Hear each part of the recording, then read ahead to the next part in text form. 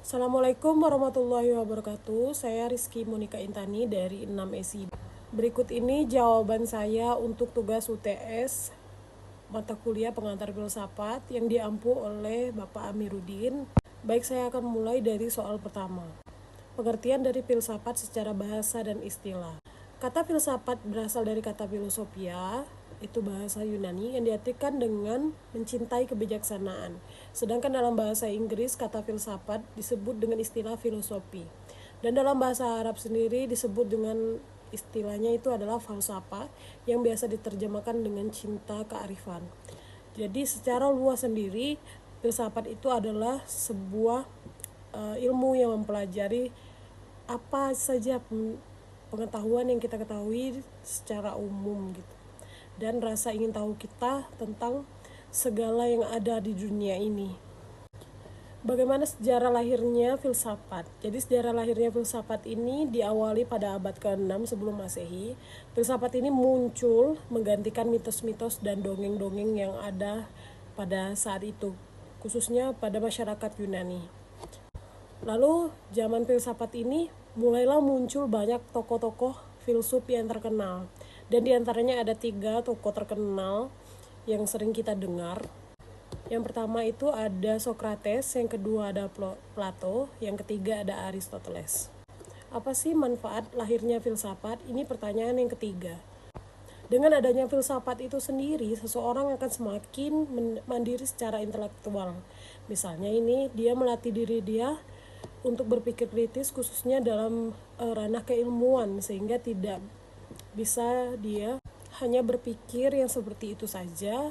Dia dapat memahami apapun kaidah yang sudah dia pelajari dan lain sebagainya. Cabang utama filsafat ini adalah pertanyaan ketiga. Cabang utama filsafat itu ada 3. Yang pertama ontologi, yang kedua epistemologi, yang ketiga aksiologi. Nah, di cabang ontologi ini adalah meliputi permasalahan yang apa hakikat ilmu itu, apa hakikat kebenaran dan kenyataan yang inheren dengan pengetahuan, dan tidak terlepas dari pandangan tentang apa dan bagaimana yang ada. Yang kedua ada epistemologi. Ini adalah cabang filsafat yang menyelidiki asal muasal metode-metode dan sahnya ilmu pengetahuan. Dan yang ketiga itu ada aksiologi. Aksiologi ini adalah ilmu pengetahuan yang menyelidiki hakikat dari nilai yang pada umumnya ditinjau dari sudut pandang kearifan. Nah, pertanyaan kelima atau pertanyaan penutup, hubungan filsafat, ilmu, dan agama itu apa sih?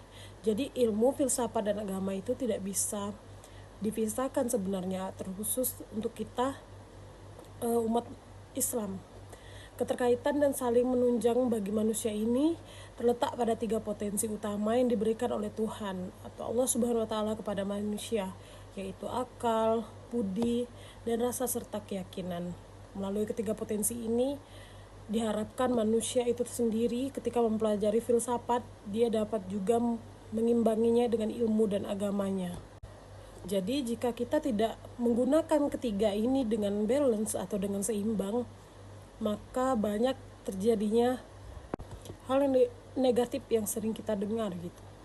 Misalkan orang yang gila, orang yang tidak waras karena mempelajari sesuatu itu terlalu dalam atau terlalu mencolok ke satu hal saja. Misalkan dia mempelajari hanya ilmunya saja, sedangkan filsafat itu sendiri dia tidak mendalami dan agama dia tidak mendalami, maka dia akan terjerumus dalam pengetahuan semu saja. Sekian dari saya, Rizky Monika Intani. Saya ucapkan terima kasih. Wassalamualaikum warahmatullahi wabarakatuh.